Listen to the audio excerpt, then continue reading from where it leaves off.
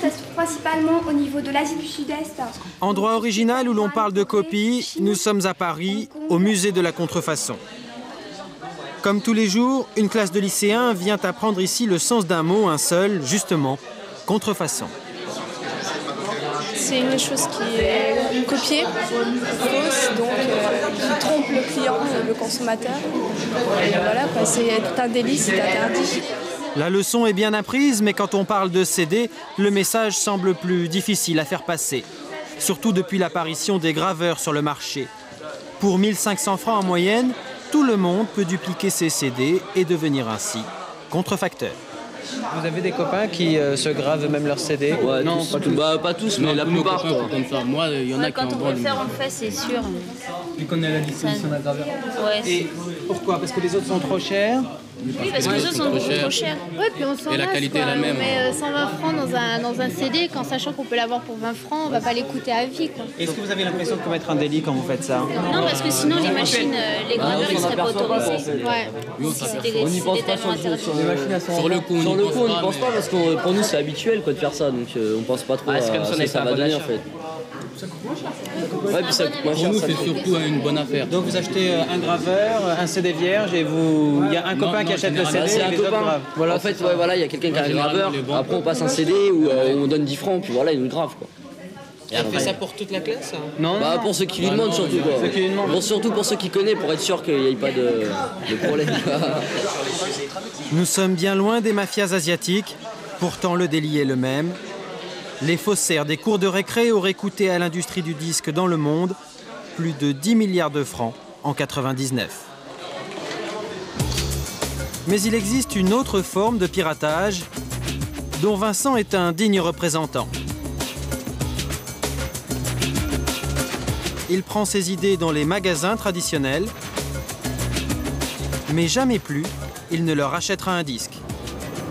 Ça fait longtemps que vous n'avez pas acheté de CD dans un grand magasin comme ça? Ça fait pas mal de temps, et plusieurs mois. Pourquoi? Parce que déjà, ils sont très très chers, et en plus, maintenant, je peux les télécharger gratuitement sur Internet.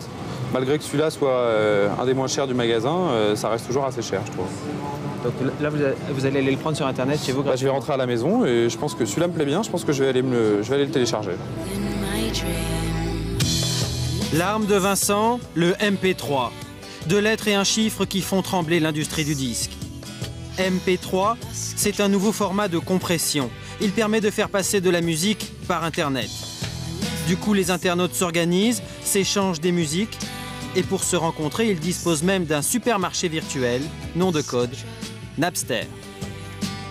Alors donc tout à l'heure, on a vu dans le magasin le disque de Céline Dion. Donc j'avais le choix entre l'acheter ou maintenant le télécharger via Internet, grâce à un logiciel qui s'appelle Napster.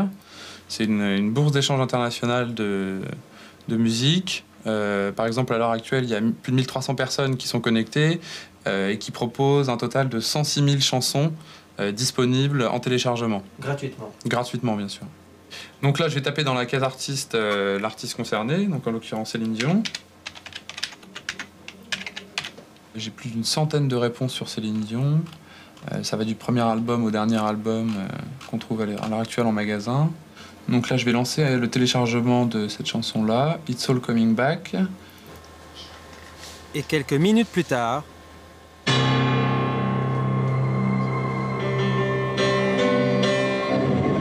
Dans le même temps, Vincent a fait tourner son graveur. Résultat... Donc maintenant qu'il est gravé, je le sors de mon graveur. Donc ça, j'ai gravé un titre dessus, j'aurais pu graver tout l'album de Céline Dion, il aurait fallu que je télécharge les autres chansons, donc là en l'occurrence j'en ai chargé qu'une. Ensuite, je vais le tester sur ma chaîne hi-fi. Hop, j'insère le disque, play, et est-ce que ça marche? Ça devrait marcher, voilà. Voilà pourquoi Vincent n'achète plus de disques en magasin. Coût de l'opération 10 francs, le prix du CD vierge. Problème, ces musiques échangées sur Internet ne payent pas les droits d'auteur. Légal, illégal, nous avons consulté un spécialiste. Clairement, il est dans l'illégalité lorsqu'il procède au téléchargement. On ne peut ignorer que ces musiques sont protégées par le droit d'auteur. elles appartiennent à l'auteur et, en ce qui concerne la diffusion, sûrement à un éditeur de musique. Et en conséquence, connaissant parfaitement cette situation, peu importe que l'on soit sur l'Internet, peu importe qu'on utilise ce logiciel magnifique de recherche d'informations musicales sous MP3, il est clair qu'il y a une infraction contrefaçon. Et là, il encourt quoi? 2 ans de prison et 1 million de francs d'amende. Est-ce que vous savez ce que vous risquez en faisant ça? Pas vraiment, non. Pas du tout même, à vrai dire. 2 ans de prison et 1 million de francs d'amende. Ouais, quand même, ouais. Encore faut-il attraper les gens qui téléchargent et qui gravent des CD. Est-ce que vous avez le sentiment de commettre d'une certaine manière un vol en faisant ça? Je persiste à dire que je trouve que le prix d'un CD est beaucoup trop cher par rapport à la part que prend l'artiste et la part que prend la maison de disques. S'il y avait un juste milieu et que l'artiste gagnait autant que la maison de disques, là, il faudrait encore y réfléchir, mais je pense que ça changerait pas mal de choses et le prix du CD baisserait pas de moitié, mais pas loin. Malgré la sanction possible, vous allez continuer? Ah oui, alors ça c'est sûr et certain, ouais. Sans problème. En la matière, il est vrai, les condamnations sont plutôt rares. Difficile pour le droit de rattraper une technologie qui va toujours plus vite. Pour autant, peut-on parler de vide juridique? Il n'y a pas de vide juridique sur l'Internet, c'est plutôt l'enfer. Pourquoi? Parce que la plupart des œuvres sont protégées par le droit d'auteur, mais elles n'ont pas forcément le même statut. Regardez, si on va sur le site de France 2 et plus particulièrement d'Envoyé spécial, vous voyez, on a des textes, on a des images.